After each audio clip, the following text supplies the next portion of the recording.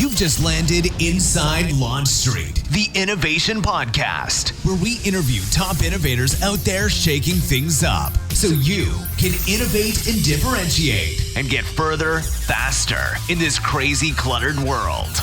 And now, innovation thought leader and your Superfly host, Tamara Kleinberg. 2018, and we are well on our way to world domination. Woohoo! Tamara here, your host. Hello to you and to the second week of 2018, where we kick off our amazing innovator interviews. So, question for you. Do you ever wish you were more tuned into the macro trends happening around you? I don't know. Sometimes it feels like I recognize the big trends that affect our businesses when it's almost too late, when I'm looking in the rearview mirror, not when I'm looking forward, when I can actually do something about it, when I can actually leverage it for bigger impact. That is why I wanted to kick off the year with Rohit Bhargava. He's an innovation and trend thought leader. In fact, he just published the 2018 trends report called The Non-Obvious: How to Predict Trends and Win the Future. By the way, this is not his first year doing this. He is well into this, so he knows his stuff. We dig into some of the big trends and how you can actually curate the trends around you too. So I found our conversation around enlightened consumption and something called manipulated outrage particularly of interest to all of us. And and we need to be observant and fickle about our experiences and our insights. That's another thing that we talked about. Now, I think Rohit's innovator archetype is a futuristic inquisitive, which means for him, innovation is in the questions, not the answers, challenging assumptions. That's the inquisitive side. And in looking into tomorrow for solutions, not to today or even the past. That's the futuristic side. He definitely leverages these natural strengths in his work. I think it's what makes him actually so good at it. And you'll hear it in particular when he talks about the impact of the trends and how he actually curates them and finds them to begin with. It's totally fascinating. So get ready to rock your 2018 world. Here we go. I am so excited for this interview. This is going to be a great way to kick off the year. Rohit, thank you so much for joining me. Thank you. Thanks for having me. All right, so before we, look into the future of 2018, let's start with you. What's one thing people would be surprised to learn about you? I think that I am a drummer and a percussionist, which actually serves me well for the business world too, because when you're a drummer, you got to get all four limbs doing something different, which I think is a good example of multitasking. So I have to ask, have you always drummed? Have you done it since a kid? Did you pick it up as an adult?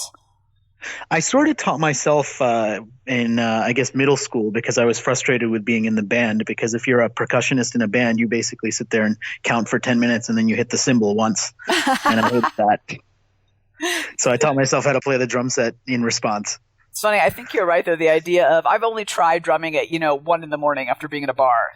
And I was amazing. I'm pretty sure of it. But the idea of having to get everything working together was probably the hardest part. Yeah, it is. And it really does kind of teach you a little bit about that independence kind of thing. So I can do that whole rub my tummy and pat my head thing. I can do that. You're like, I got this, no sweat. Totally on it. Well, let's dig in. So the reason we wanted to have you on, particularly this time of year, is because you do a lot of trend predictions. And as you call it, in really the non-obvious, not only way, but you look for the non-obvious too. So let's start with a little bit about it. Tell me a little bit about your view about how the secret to predicting the future is a matter of understanding the present. Yeah, I think we put a lot of pressure on ourselves, and maybe it's founded by people who call themselves futurists, which I don't usually use as a term for myself, because we tend to think, that you have to look so far into the future about things that may or may not happen. And instead, I predict trends every year. And in every December, I come out with a new book. And the methodology behind it is really paying attention to what's happening right now. And the prediction is that this idea or this thing is going to accelerate. And so that's what we're predicting. But the signs of that future are already here in the present, which is why I use that term accelerating present. Do you find that the trends that you see are ones that have hit a tipping point, they've been around, and then over time they hit that tipping point and they exploded? Or do some of them come out of nowhere? Does that question even make sense? Yeah, it does. I mean, they do come out of nowhere in some cases, because really what the process for us does, myself and my team, is it puts different things that people are looking at together into one thing. And so this idea of intersection is really important for us when it comes to trends. Like, I don't focus on financial services trends or retail trends or healthcare trends. Our trends are not described in that way. In fact, most of them have multiple industry examples. And that's what makes it really interesting, because now what you're looking for is connections. Instead of saying, okay, I'm over here and you're over there, we're trying to put the pieces together. Why do you think most trend predictions are useless? Most trend predictions are useless because they're lazy. I think that someone will see something, and I guarantee you, we're at the beginning of the year, and I guarantee you that someone will say a trend is Bitcoin. Right. Which is yeah. I've already heard that. Yeah. Yeah, because like Bitcoin is something that exists, right?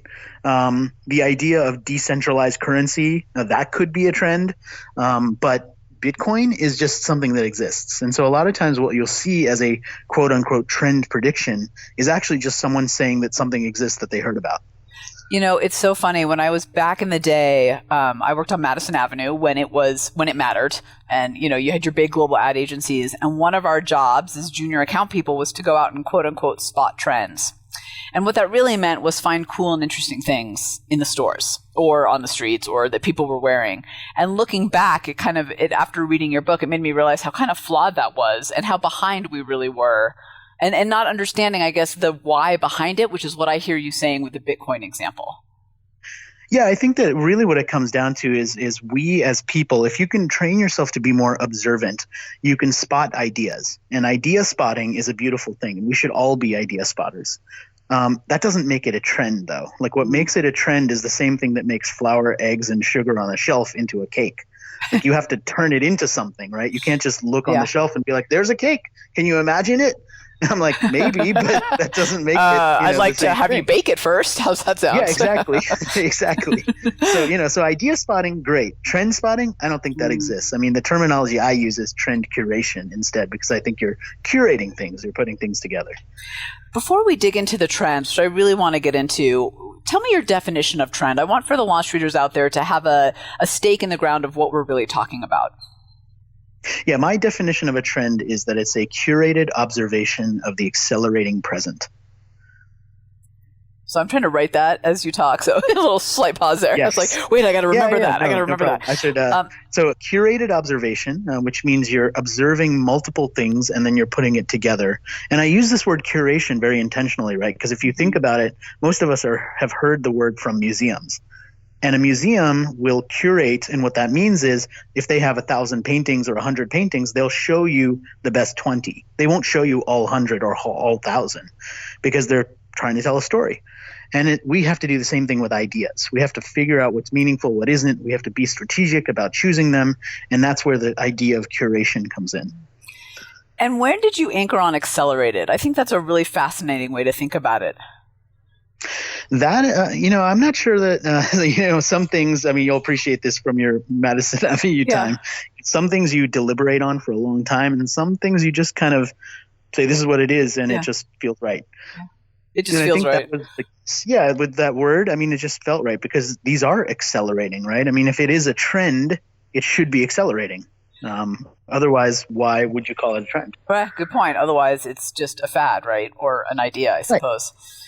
So let's talk. So it's January when we're releasing this podcast, the very beginning. I know we're all looking into, 2018 and beyond and what our work is going to include, what our life is going to include and all that good stuff. I'd love to dig into some of those trends as you've curated them and as you see them. So you wrote The Non-Obvious, How to Predict Trends and Win the Future. And I read it.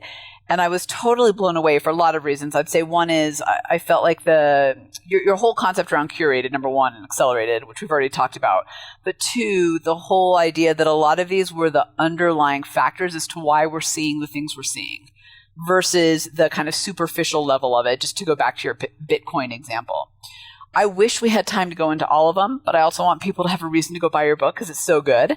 So let's focus on the top three, and if we have time, we'll add in a fourth.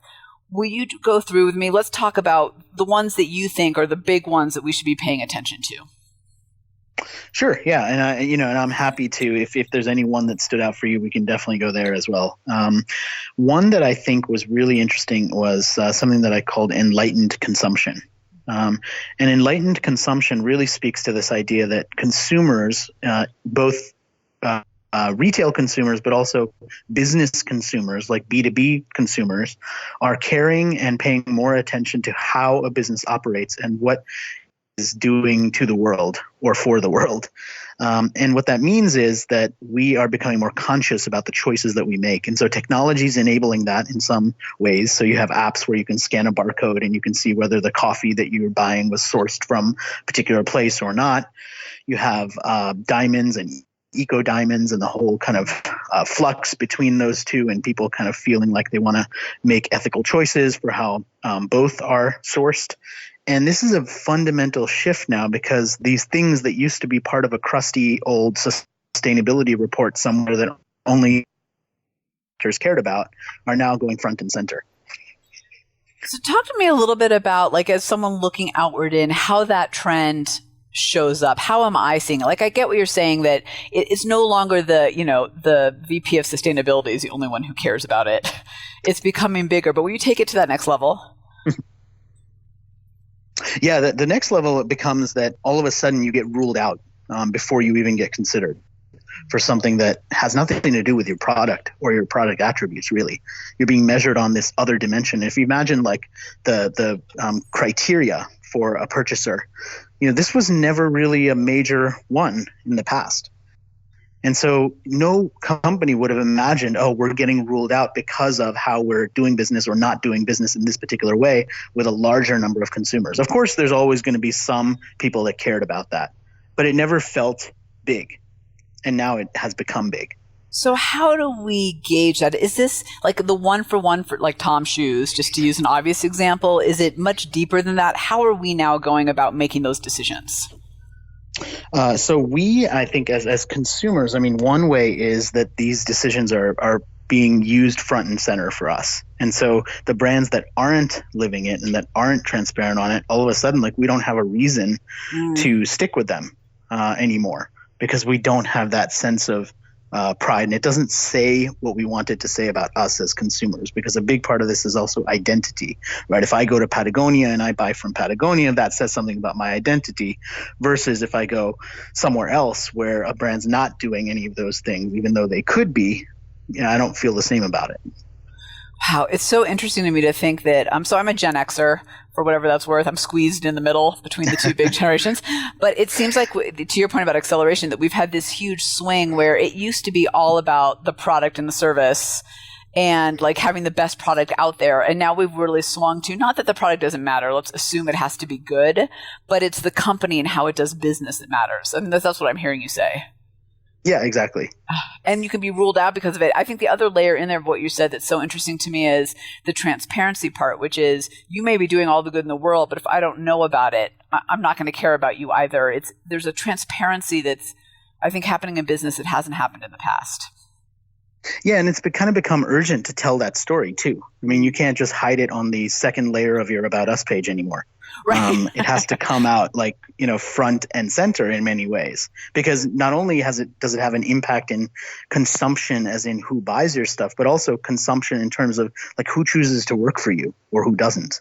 Right, exactly. And I think I just looked at the report of Glassdoor, and I went and I was digging in Glassdoor, and it was interesting to see how many people made comments about what the company does for sustainability, human rights, fill in the blank, not just about what it was like to work for them directly in their day jobs. Yeah, it's very interesting. All right, so give me a second one. I've got a third I want to throw in, but I'll let you guide first. So what's the second one we should be paying attention to? Yeah. The second one I think that's interesting is light speed learning. And light speed learning describes this expectation that we're increasingly having, where we can learn how to do anything almost instantly. And there was this really interesting story that I wrote about in the book of this 8-year-old kid who decided later in the evening that he was hungry for a burger from McDonald's. And he went on YouTube and he taught himself how to drive, and he took his parents' car, with his younger sister in the front seat, and he drove to McDonald's. I love that story. And, and he got there, and the people working there thought they were being pranked. And when they realized they weren't, they called the police, and the police came, and the boy was crying because he realized he did something wrong, and the parents came. And when they eventually figured it out, and by the way, he drove there perfectly, like obeyed all the traffic signs according to witnesses. And it was like, perfect. And, when they asked him, he said, yeah, I went on YouTube and I figured out how to do this. And like, that is the perfect example of like how we're learning to do anything. I mean, if you've watched any of those tasty videos, right, where it's like this 30-second video and it turns like a bunch of ingredients into a meal, and it's like a recipe video, and you watch that and you're like, okay, now I know how to cook like, chicken Parmesan. I'm now a gourmet chef. Look at that. Yeah, exactly. And that's that coupled with this whole kind of crisis that's happening in higher education. Like, you put those pieces together and you're like, wow, my expectation is like, why do I have to spend 4 years in college anymore? And you've got like universities like Purdue saying, okay, we have a 3-year degree now, because your expectation is like, this has got to get faster and faster. Do you think in some ways that actually helps us be more creative and innovative? And the place I'm coming from in asking that question is sometimes I think that we get too myopic in our thinking, or we get too expert and we don't go wide. But this ability to touch and learn so many different things gives us such a broader perspective too. It does. I mean, the on-demand element of this is a really interesting thing. I mean, you've got Fender, the maker of guitars, who decided that they were going to create an entire online learning system that allows you to learn with beautiful 4K HD videos, and it's got like split screen between the guitarist, and you can see like their hands moving along the frets. And their whole reason for that is because a lot of people buy the guitar, they pick up the instrument, and then they give up because they don't get good fast enough. And so their whole idea behind the Fender Play platform was, let's help people get good fast enough by helping them play the songs that they love, so that they stick with the guitar, and then they buy the amps and the new guitar and all the other stuff from Fender, and they make money. This trend has so many different layers to me. I think and I'd love to hear your perspective on this. I think on the internal level, it's how do I communicate with my leadership, my employees, my team in a way that matches this lightning speed learning, since that's what we're doing in our everyday lives. How do I communicate that, my brand, my business in lightning speed to my customers? And then how do I give them the opportunity to learn in that way too? Yeah, I think the positive side of that is, let's let people learn all these skills and let's help them do it faster, and let's use digital learning and online learning platforms. And, I've got a whole kind of thing that I'm planning around building online learning, because that's how people want to learn. The flip side of it, how to make sure that we're not diluting, what we learn down to just like hacking the thing instead of actually generating real knowledge. And that's a real concern too. I don't know. I don't think there's a magic formula. I mean, I think there are some things where you will always want people to go deep. I mean, I'm not sure I want my, oral surgeon watching a YouTube video and then operating. Like, that's probably not a good idea, But at the end of the day, like, there's a balance here with these things, and the availability of that sort of content and that sort of learning. I mean, it is ultimately has the potential to be helpful, because what it does is it helps us to better understand things from people who have expertise. So the one I wanted to bring in, actually there's two, if that's okay. If we have the time, I'd love to do both of them. One is manipulated outrage. Sure. I thought that was fascinating. So will you talk about what that trend is? Yes, manipulated outrage was me kind of going in and saying, okay, there's all this news, and all this news is making us angry, whether it's fake or real. And the question I started wondering is, well, who's profiting from this? Like, what's the business model of outrage? Right. Why is this so big And that's really today? what this chapter talks about. Yeah, like, who's making money on all this outrage? Like, obviously, it's generating clicks to stories, and clicks generate advertising online. So that's kind of the obvious business model for outrage. But there's also this whole business model of belief, where the more angry we are, the more we care. And the challenge of getting people to care is a big one for anybody in marketing, communications, and any business really. And we care about stuff that we hate, and that's a sad truth. And I think that in politics, people are benefiting from that. I think in business, sometimes people are benefiting from that.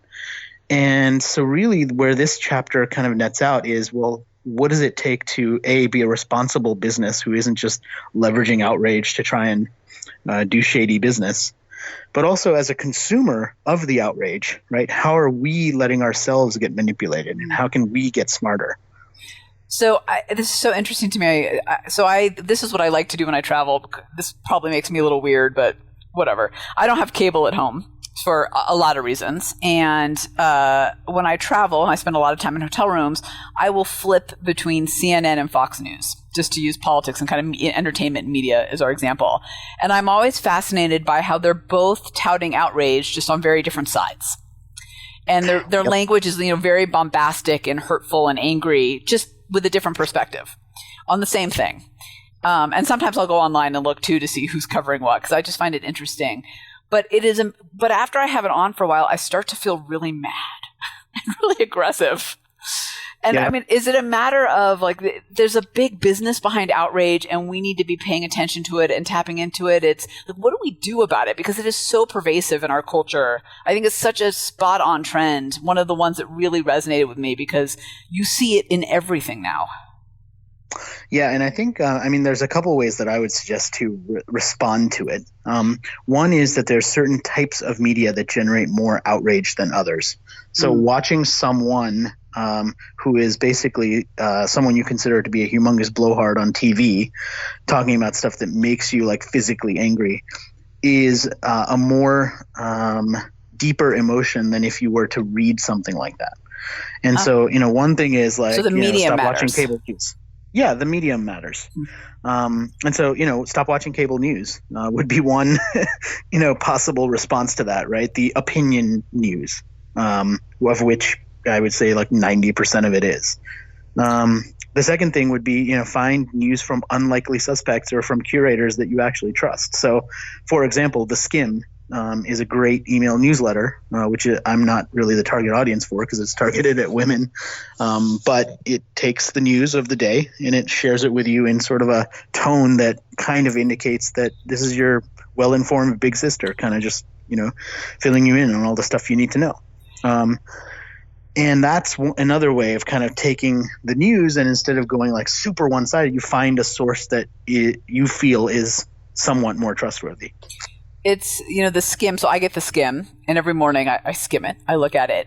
Here's what I find kind of intriguing about the Skim and what's happened. So now, once they got wildly successful, they got 1 million, subscribers overnight. It was just one of these great success stories. And you're right. There were these two women who said, wait a minute, we read the wires and turn it into news every day. Why can't we just give people the facts in their inbox, right, every day? And it's super cool because you're right. It is like Big Sister, hey, yo, you might want to know this. It's not a blah, blah in your face. What's interesting to me, though, is then CNN, Huffington Post, fill in the blank, they all tried to do the same thing and copy Skim. I think what's interesting is they didn't tap into why people liked Skim or why they were going there versus other places. They just said, oh, we want to give people news in their inbox without thinking about, I think, to a lot of what you talk about, which is the non-obvious trends behind it. Yeah, and I think that, to a large degree, those attempts failed because they didn't have that trustworthiness that people responded to. And if you think about, why that is the way it is or why Next Draft is so popular or why, Brain Pickings from Maria Popova is, such an awesome newsletter. All of these are, those were the email newsletters that I sought to copy when I created my own weekly newsletter. And the whole idea behind it was what were the most non-obvious, interesting stories of the week? And could I share those with people in a way that wasn't biased but just said, look, this is why it's important. And that's it. And so that was what I tried to do. And for the last year, that's been my newsletter. That's it. That's what I try and deliver. Yeah, it's a good newsletter. I would encourage all of our listeners out there to go sign up for it because it's fantastic. And we'll put a link in the show notes. So I have a third, but you might have one too. So I'll go with what you want, and then we'll throw mine in as a bonus. No, let's go with. Are you let's sure? Go with you. Okay. Yeah, I wanted to go with the human mode, and the reason why is when I got to that one, it made me think about all the conversations I've had recently and, the various keynotes and clients that we work with in innovation, this tension that everybody feels between technology and human experience. And there's a lot of, I think, confusion around what to do about that. On one hand, technology can do all these amazing things and it makes us efficient and better and smarter and, access to things faster. On one hand, it takes out the human touch. Yet on the other hand, do we want the human touch? These are the conversations I'm hearing. And then you kind of nailed it, I think, in that trend. So human mode. Yeah, thank you. Well, thank you. I think that this one is definitely one of them already. I can tell one of the more popular ones from the trend report. And I think what's interesting about this one is, yes, people in many cases prefer human interaction as opposed to the technology, and they trust it more. What was interesting about this trend, though, was, and it was very intentionally named, was that there is increasingly going to be a human mode, which means there's a non-human mode also. And so the human mode will be an option for people. And in some cases, that option will be a premium option, so you'll have to pay more to access it. In other cases, it'll be an option where you can switch off one thing and switch on the other thing. But that's what's really interesting about it, that now we're living in a technology and automation-based world where having people, real people, is actually a alternative and an option, but not necessarily the default. And that was what was really interesting about the research that we started doing around this. So are you saying that it's not so much a matter of either or, it's a matter of options? Sometimes it is either or. I mean, it's not that, there are online only banks where there are no people, right? Yeah. So sometimes there is either or, but increasingly, we are going to be looking at the human mode as an option that we can sometimes choose to engage, and sometimes we can choose not to. And you see this, particularly when you think about chatbots and, online service and customer service. I mean, this is big in that world.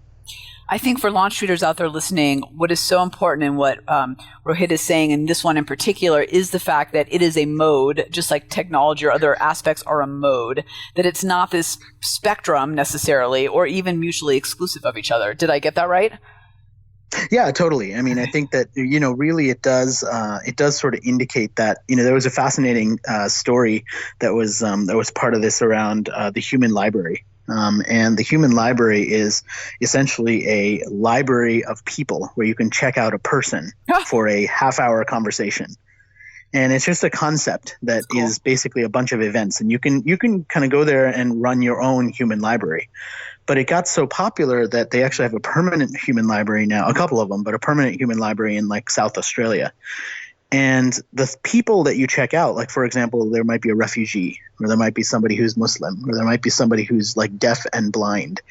And so you check out this person, and the person is a volunteer, and they're volunteering to have a half-hour conversation with you. Or longer if you check them out again or go overdue or whatever the terminology is. But the opportunity is that you interact with a real person and understand something about a culture, about a situation, about someone's life that you would never have otherwise understood over a cup of coffee. That is so cool. I wish we had one where I live in Denver. And it kind of makes me wonder if we had a little more of that, we'd have a little less of the manipulated outrage because we'd have more empathy, Yes, I like how you're putting the pieces together. That's really good. Seems to me that, half of our challenge right now is a dehumanization of people who don't believe what we believe. So that's true. Yeah. That's so true. It would be very cool. And I think that, really taps into the power of empathy, and it's fascinating, and the whole human mode thing. And when you first said it, I thought you were going to go down the path of you check out an expert, but that's not what you're saying, right? It's you check out someone that you want to learn more about. It's cool. Yeah, exactly. I mean, and they're not prescriptive about it. So, I mean, you could be like, hey, let me check out a SEO guy so I can, get more SEO of my stuff. I suppose that would be possible too. But, the examples that were mostly used were, have a conversation with somebody who's transgender, right? Yeah. And understand something about that. It makes me want to build a traveling human library, truck that you could, I don't know what that would be. We'd all maybe just a big, VW van. We'd all get in it and go across the country. It'd be very interesting. Hey, I'm in. Yeah. I'm in. So, okay, great. Great. You put together the music. I'll drive. It'll be perfect. Great. I like it. Let's wrap up I know there's a lot more in the book, but just high level, when you think about the trends and what's happening, what is the implication on that onto our innovation efforts?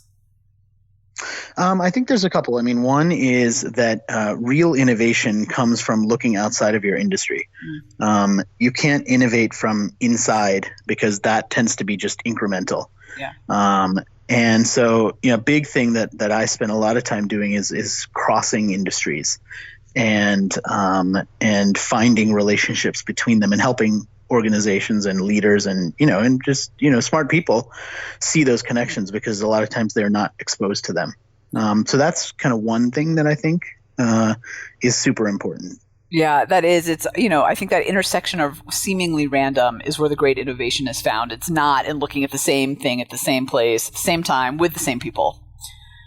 Yeah, I think that, that's definitely one thing. And then I think the other thing is just the discipline to look elsewhere and to be what I call an idea collector, right? So I spend most of the year collecting stories and examples and interviews and, just all sorts of stuff so that by the end of the year, when we start doing with my team, collaborating on figuring out what this trend is going to be, we have a lot of sources of input.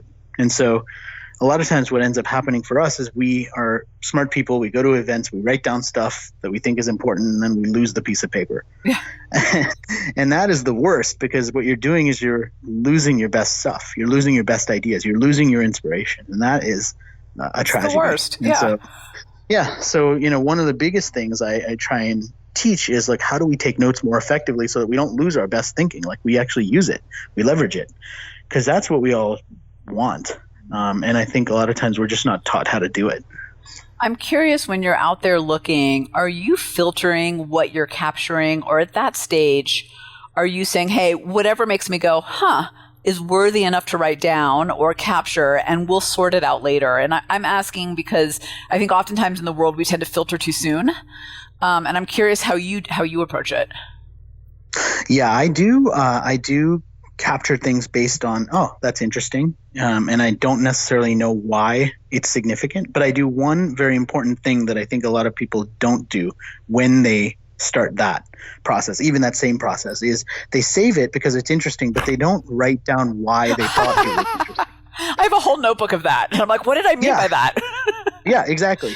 So, when I rip a story out of a magazine, for example, and I said, that's interesting, I will at least underline the part that I found interesting or what I thought was interesting, because then when I go back to it 8 months later to try and curate it into part of a trend, I know what I was thinking about it, not just that I thought it was interesting. That's really smart. I cannot tell you how much, I think probably great insight I've lost over the years when I've gone back and thought, that phrase is interesting, but I have no idea why at all whatsoever now because I'm out of context.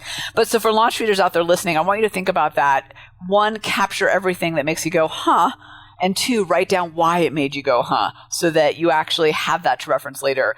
One of the things I really appreciate about your, I don't know if you call it a book or report, it's kind of both, is that you teach people how to predict. You spend a lot of time actually with how can you go out there and curate and look at the world and see these things. What are some of the key skills that launch readers can employ to predict and win the future? Well, there's one is being more observant. So seeing processes in action, paying attention, not walking down the street with your phone and texting and barely not bumping into stuff. So being observant, being curious. One of my favorites is being fickle, which I think is an odd thing. Yeah, tell me more about that. Yeah, so being fickle to me is kind of along the lines of what we were just talking about, which is you save something because you think it's interesting, but you don't put too much pressure on yourself to figure out its meaning in that moment. You move on. And so to me, being fickle means you capture something and you move on. You move on to the next thing. And I remember that I kind of, back in my agency days, like this was something I had to learn because I was being brought into so many different brainstorms and coming up with ideas so quickly and trying to understand a client's business in such a rapid pace that once I finished something and I delivered ideas, I had to move on immediately. Yeah. And almost forget about that. Otherwise, I would just dwell too long on something and I wouldn't be able to do my job very well. And so it was something I learned out of necessity from the agency world, but then I realized that there's an upside to this too, which is that you can accomplish more if you're able to leave something behind and move to something else. Is that a skill of, or I guess an action of writing it down, capturing it, because then your brain goes, okay, got it, check, and then you can move on? Is that a mind space issue or something else? I think it's just a choice. I mean, we dwell on things that we choose to dwell on. Yeah. And I realize that different people's brains work differently. And so, someone else, they may not be able to stop themselves from continually thinking about it. And so maybe some of it is just the way that my brain works, because I also, just to give you a little insight into my personality, like I'm one of those people where if I get on a plane and I close my eyes, I'm fast asleep. So, for the whole plane ride?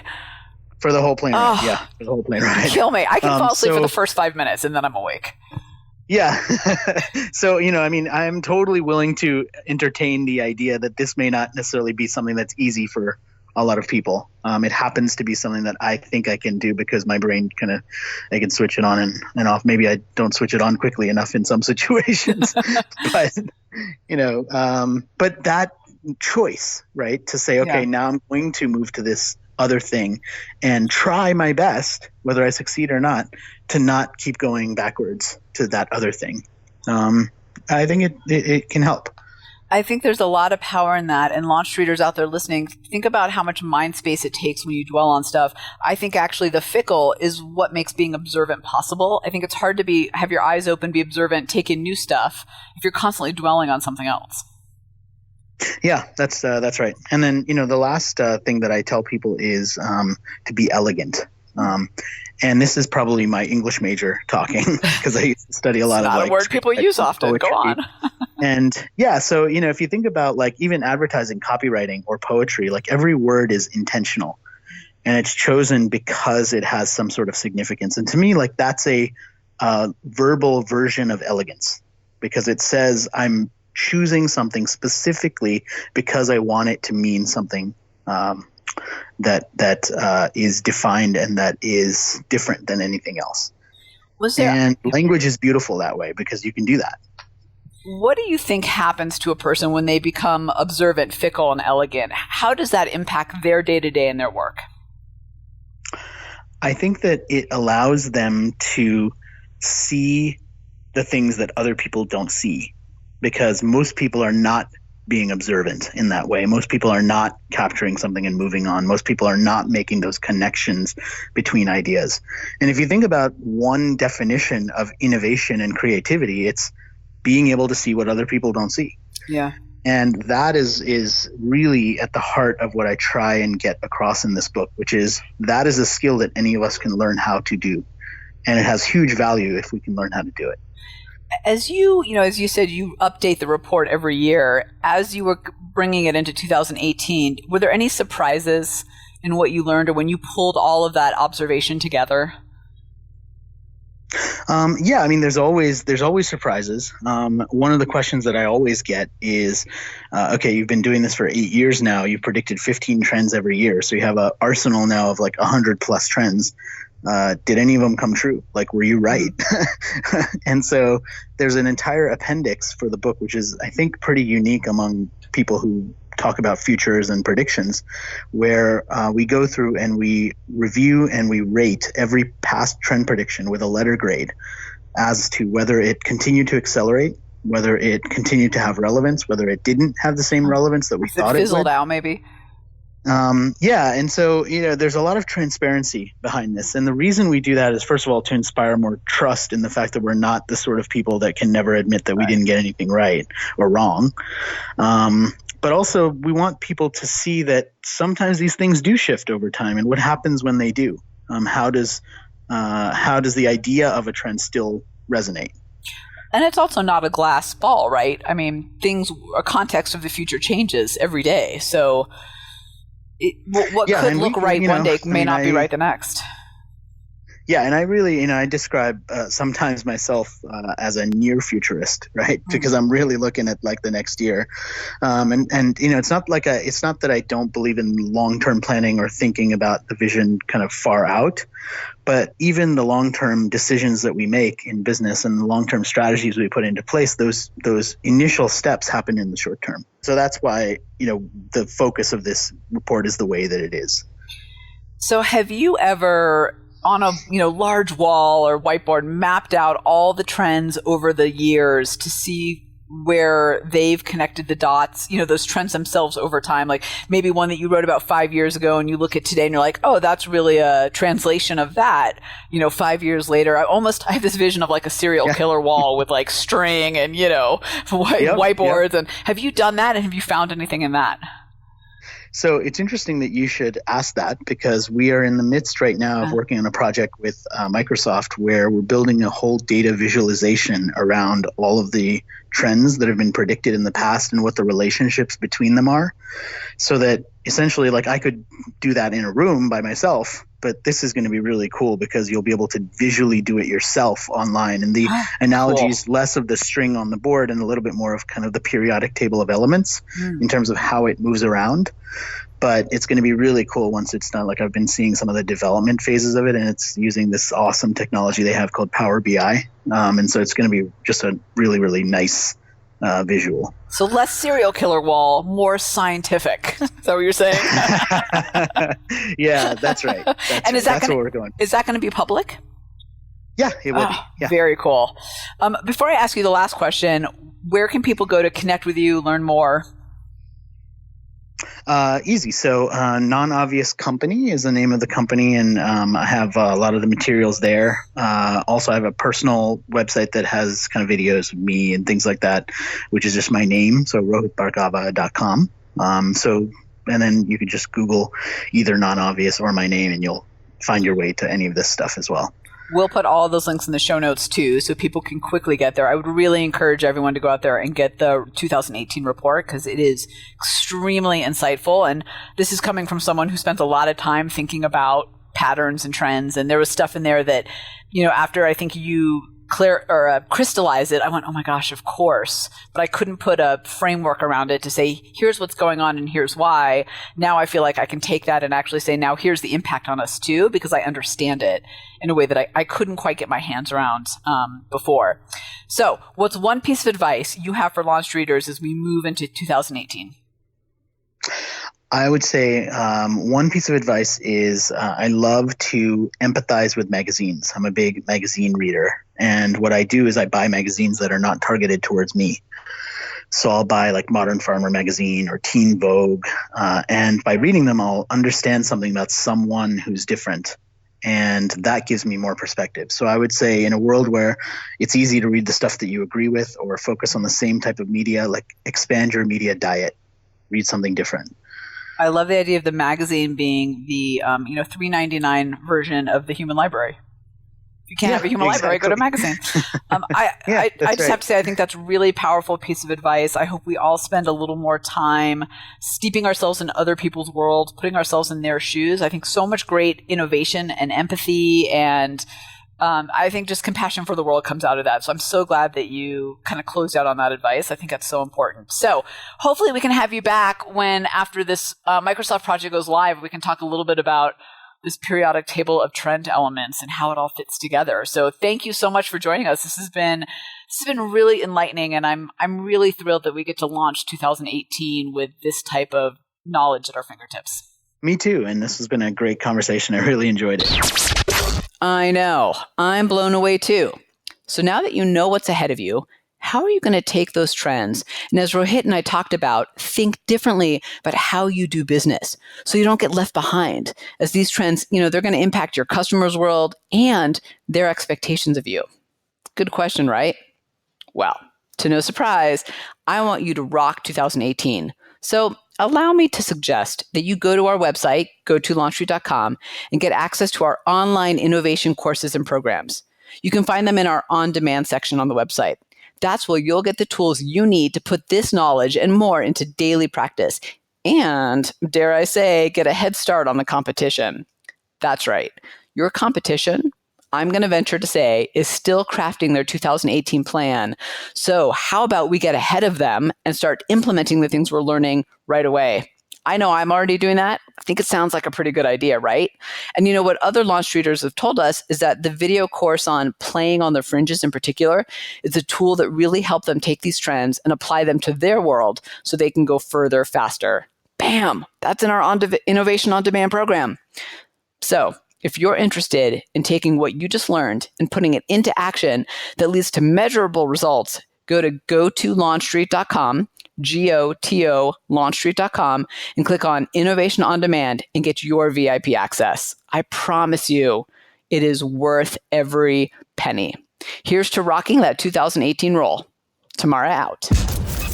Thanks for hanging out with us inside Launch Street. When you're ready to take your game to the next level, join the thousands of others that are upping their innovation edge on GoToLaunchStreet.com, the top online education resource and community platform for innovators looking to use innovation to get measurable results. Go to LaunchStreet.com.